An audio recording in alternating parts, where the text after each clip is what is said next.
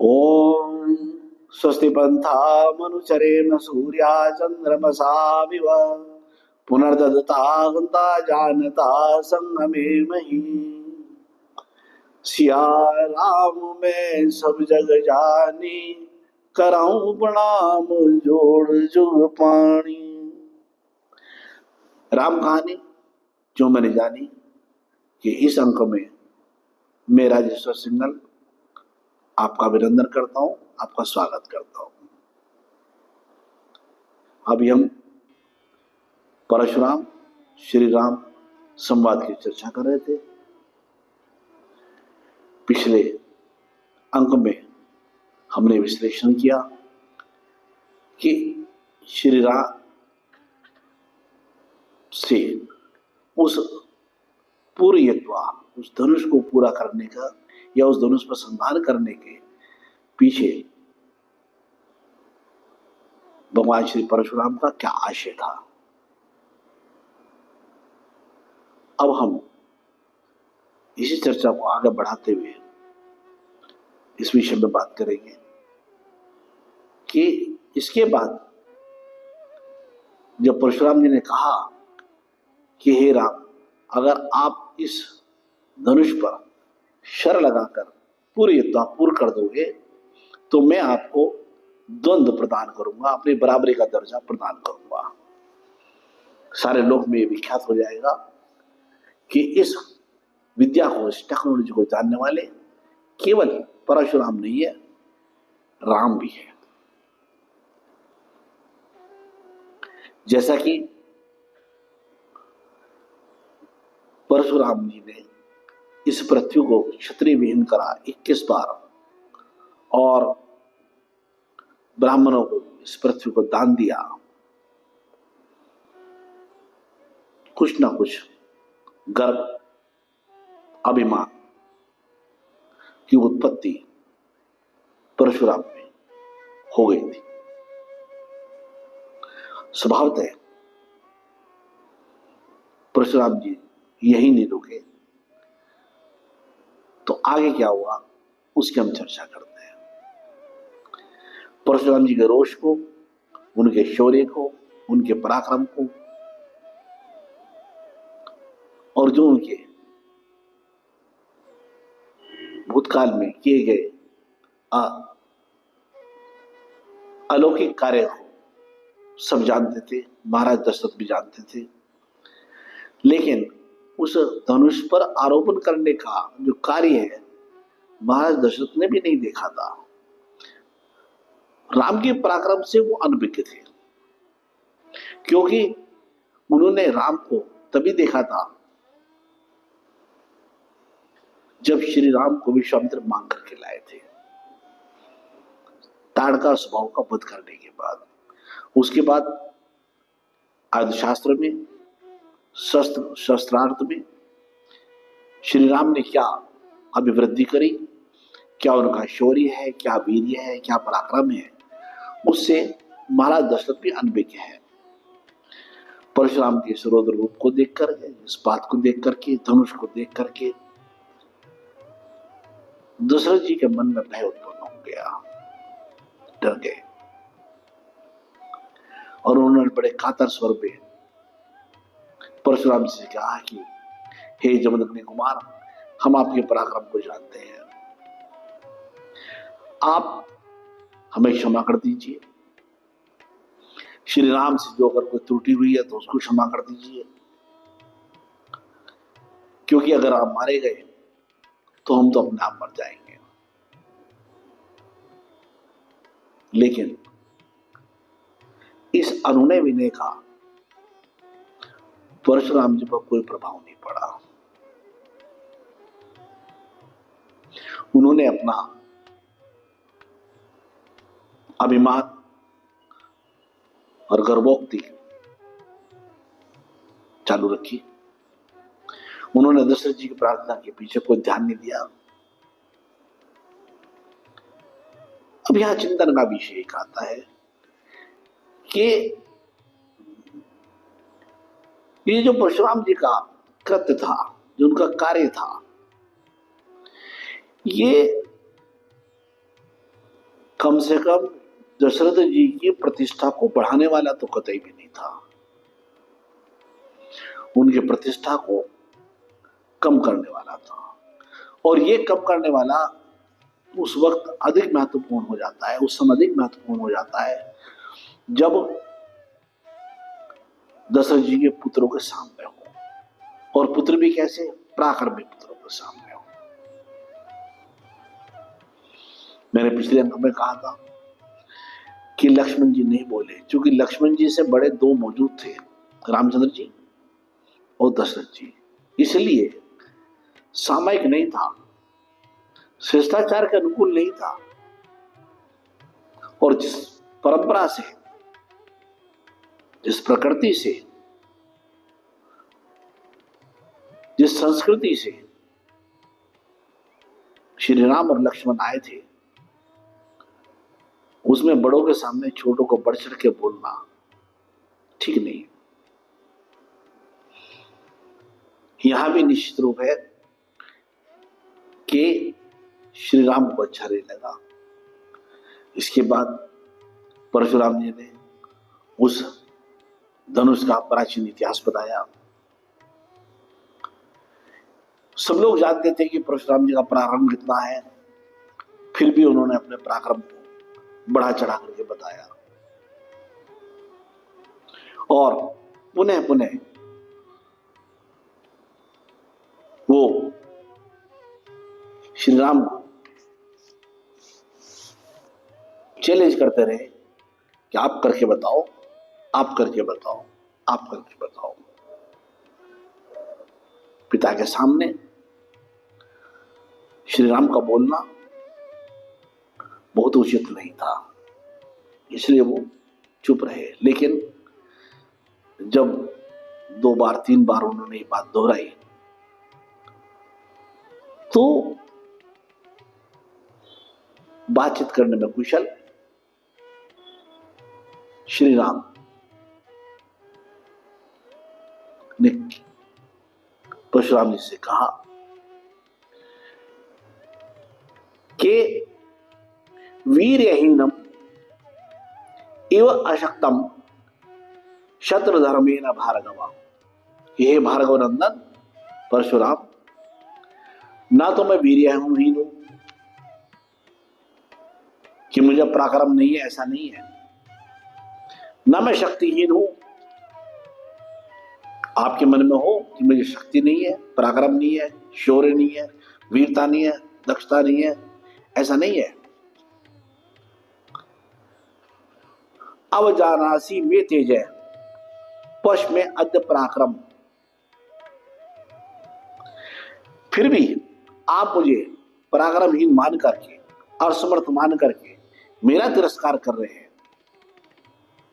देखिए रामचंद्र जी कहते मेरा तिरस्कार कर रहे हैं, हालांकि तिरस्कार वो उनके पिता का कर रहे थे, और पिता का तिरस्कार उसके संतान के सामने हो, ये उसका तिरस्कार पहले है। तो इसलिए कहते हैं जो मेरा तिरस्कार आप कर रहे हैं ये उचित नहीं है। लेकिन यहां ये ध्यान देने वाली बात है कि श्री राम ने अपनी बात तो कही, लेकिन कहीं पर भी आत्मविश्वास तो झलकता है, लेकिन गर्मोन्नति नहीं है, गर्वोक्ति नहीं है। वो किसी घमंड में इस बात को कह रहे हो, ऐसा नहीं है। उन्होंने परशुराम जी से कहा कि आप मुझे वीर्यहीन शक्तिहीन मत मानिए, कि मेरे पिताजी कह रहे और आप उसको मान रहे हैं। और इसके बाद उस धनुष का, उस शर का, दोनों का चार्ज श्री राम ने अपने हाथ में ले लिया, और उस तीर को, उस धनुष को, उस आयुध को, उस गोली कहिए, बम कहिए, तीर कहिए या मिसाइल कहिए, मिसाइल है तो परीक्षा पात्र पे, बम है तो तोप में, गोली है तो रिवॉल्वर में, तीर है तो धनुष पर रख दिया और संधान कर दिया। और फिर क्या कहते हैं कि वापस नहीं होगा। इससे भी पता चलता है कि वो तकनीकी रूप से इतना कॉम्प्लिकेटेड, जटिल था। तो उन्होंने कहा कि सुनने वाली बात है, वो क्या कहते हैं कि ब्राह्मणों सीतो पूज्यो में विश्वामित्र करते रहे, तस्मात् शक्तो ने तेरामो मुक्तो प्राहारम शरम। कि हम क्षत्रिय हैं और हे भार्गवरंदन, हे परशुराम, हमारे लिए कोई भी ब्राह्मण, कोई भी विद्वान व्यक्ति अवध है, हम उसका वध नहीं करते हैं। और फिर आप तो हमारे गुरु विश्वामित्र के दोस्त हैं, तो मैं आपके ऊपर यह संधान नहीं कर सकता हूं। ये श्री राम का ही गुण है कि इतना होने के बावजूद भी उन्होंने अपने क्रोध पर, अपने अमर्ष पर संयम रखा। क्रोध में और मन्यु, इनमें यही फर्क है। मन्यु क्रोध तो है, लेकिन कौन सा क्रोध है? जो सामने वाले का अहितकारी ना हो, अपनी बात को बताने वाला तो हो, लेकिन दूसरे को नीचा दिखाने वाला ना हो। तो वो उस मन्यु को अपने अंदर भर के और कहते हैं कि ये महाराज, हम आपका हमेशा सम्मान करते हैं, आप अवध्य हो, इसलिए हम आपके ऊपर ये बात नहीं चढ़ा सकते। तो फिर क्या नष्ट करते हैं? वो कहते हैं कि आपके पुण्य लोगों को मैं, परशुराम जी तैयार हो जाते हैं कि पुण्य लोगों को मैं नष्ट कर देता हूं। और लोक व्यवहार में ये कहते हैं कि इस घटना के बाद जो परशुराम जी का देवत्व था, जो देवांश था, वो देवांश निकल करके श्री राम में समाहित हो गया।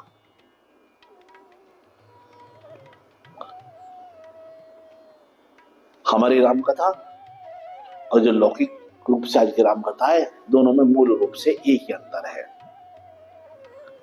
हम दोनों इस बात के लिए सहमत हैं कि श्री राम अनेक दिव्य गुणों से परिपूर्ण थे। उनमें दिव्यता का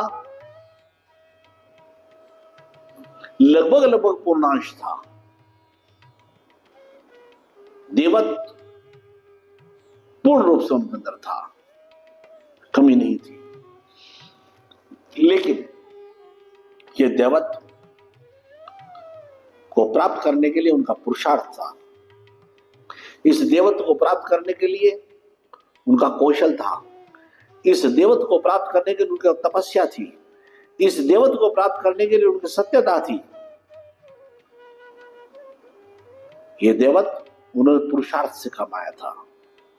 जबकि लौकिक कथाकार, मैं उनकी आलोचना नहीं करता, मैं उनकी भावनाओं का सम्मान करता हूं, वो कहते हैं श्री राम उस देवत्व को लेकर के उनका अवतरण हुआ था। आप ये चिंतन करिए, बिल्कुल लिखते हैं कि परशुराम जी का देवांश निकल करके श्री राम जी में समाहित हो गया। मतलब उस तकनीक को, उस टेक्नोलॉजी को जिसके सिरमौर परशुराम जी महाराज अब तक थे, वो जो पेज था, वो जो ट्रॉफी थी, वो जो उनका प्रशंसा थी, वो प्रशंसा अब किसको मिली? राम को मिली। यही देवत्व की प्राप्ति है। जो दिव्यता अभी तक परशुराम जी में थी, वो दिव्यता श्री राम को मिल गई। अब सब लोगों में ये प्रसिद्ध हो गया कि इस तकनीकी क्षमता को पाने वाले अकेले और अकेले परशुराम के बाद अगर कोई है तो श्री राम है।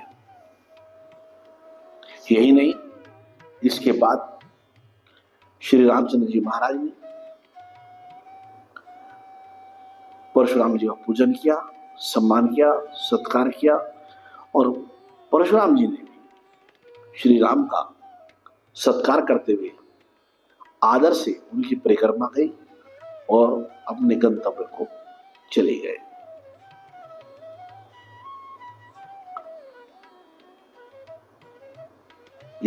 परीक्षा में, देवत्व की प्राप्ति में,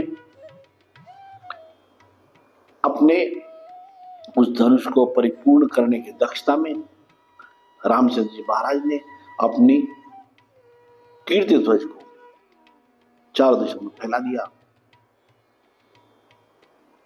आज के लिए हमारा प्रसंग यही पूरा होता है। श्री राम और परशुराम संवाद में लक्ष्मण जी की कोई भी भूमिका वाल्मीकि जी ने नहीं लिखी है। यहां से परशुराम जी प्रसन्न मन से लौट गए और वो देवांश जो था, उसे दिव्यता जो थी, वो चारों ओर श्री रामचंद्र जी की हुई। अभी मैंने आपसे बताया कि जो वाक चातुर्य था, वो जो दिव्य गुण थे, वो दिव्य गुण श्री राम के यहां इंगित होते हैं कि अमर्ष में भर करके भी उन्होंने कोई भी बात ऐसी नहीं कही कि जो परशुराम जी को बुरी लगती, अपितु ना कहते हुए भी अप्रत्यक्ष रूप से उन्होंने परशुराम जी को जता दिया कि बड़े होने का तात्पर्य विनम्रता भी है।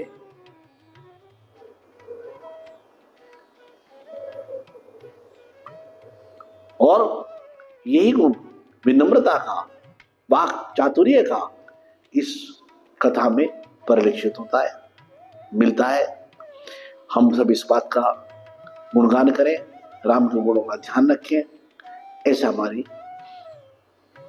अभी हम इस प्रसंगों के पूरा होने जा रहे हैं। अगले वाले प्रसंग में इस धनुष का जो कुछ हिस्सा बचा है उसकी एक फाइनल विवेचना करेंगे, आपके सामने हम प्रस्तुत रखेंगे। इस पूरे प्रसंग में आपको क्या लगा, कैसा लगा, आप हमें अपनी जानकारी अवश्य दीजिए, अपने विचारों से अवगत कराइए। आपको कंटेंट अच्छे लगे हैं तो मेरी चैनल को सब्सक्राइब करिए, लाइक दीजिए, शेयर कीजिए। आपके सुझाव की, आपके प्रश्नों की मुझे प्रतीक्षा रहेगी। आज के लिए इतना ही। जय श्री राम।